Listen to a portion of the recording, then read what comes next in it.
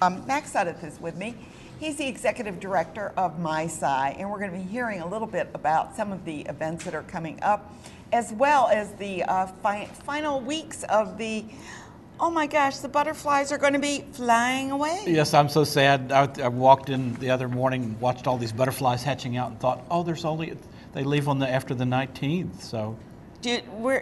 Will you open the gates and let them go? Well, what do you do? We have some that are laying eggs, and this year we planted the inside of the butterfly house with native plants. Okay. And when we take the butterfly house down, we're going to plant the native plants outside. Okay. And just sort of transplant what butterflies are left outside. Okay. So if they're flying around, they'll survive outside, right? Provided it doesn't get really cold. Okay. So. Okay, good. They're the monarchs, right? Well, we have about others, 7 right? or 8 species right now. Most of them are monarchs, but we have spicebush butterflies. We have different kinds of swallowtail butterflies. We have painted ladies and red admirals.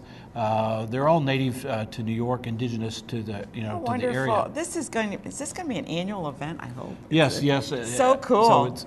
I just enjoy it so much that I have to do it as an annual event. But absolutely. Everybody seems to like it as well. I think so. It kind of brings out the child in us. I think the awe of seeing them now. But you have a lot of other events coming up. You have April School Break, the Night of the Lion. What is that? The planetarium show. This is April's a really interesting month in the planetarium.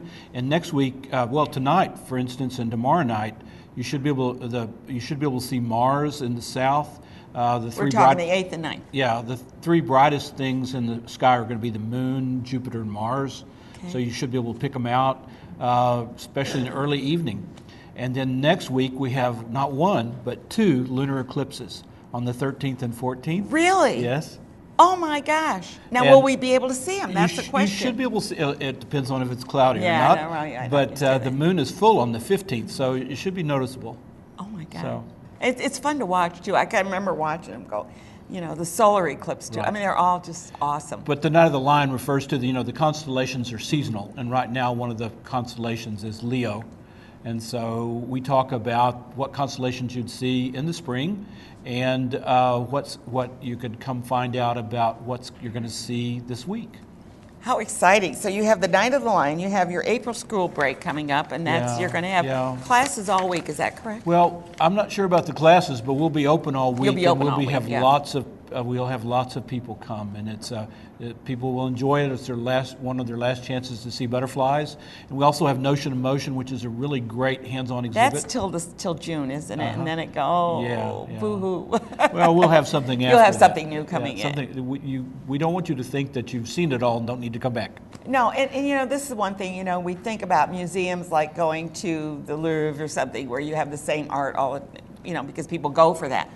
But this is an interactive museum that is changing. There's no stasis. I mean, it's just moving. Right. We want people to come back again and again, and there should be something there for everybody.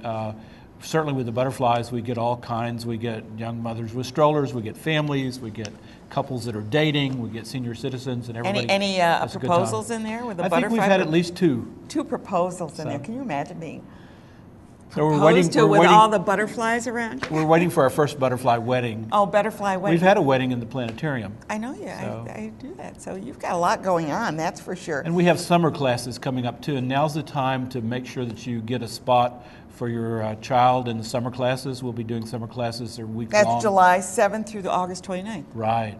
So you've got a lot going on there. Well, we also, you're going to have someone else on who's going to have a gala, and I hope people go to that gala, but we have a gala coming up. Big Bang. Is Sheldon and Leonard going to be there?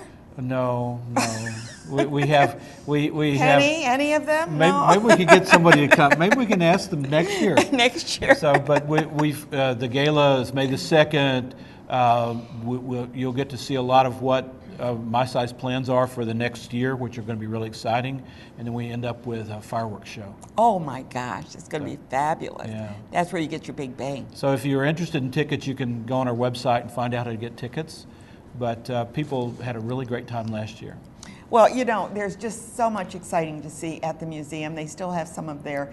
Do you still have the big panels that came? From the space program? Yeah, we have all those photographs from space, and we update those from time to time because we're always getting new stuff, So well, the space program, we're hearing now that we're not going to, their space station is going to be a little bit of a problem, but that's not your problem. I know that.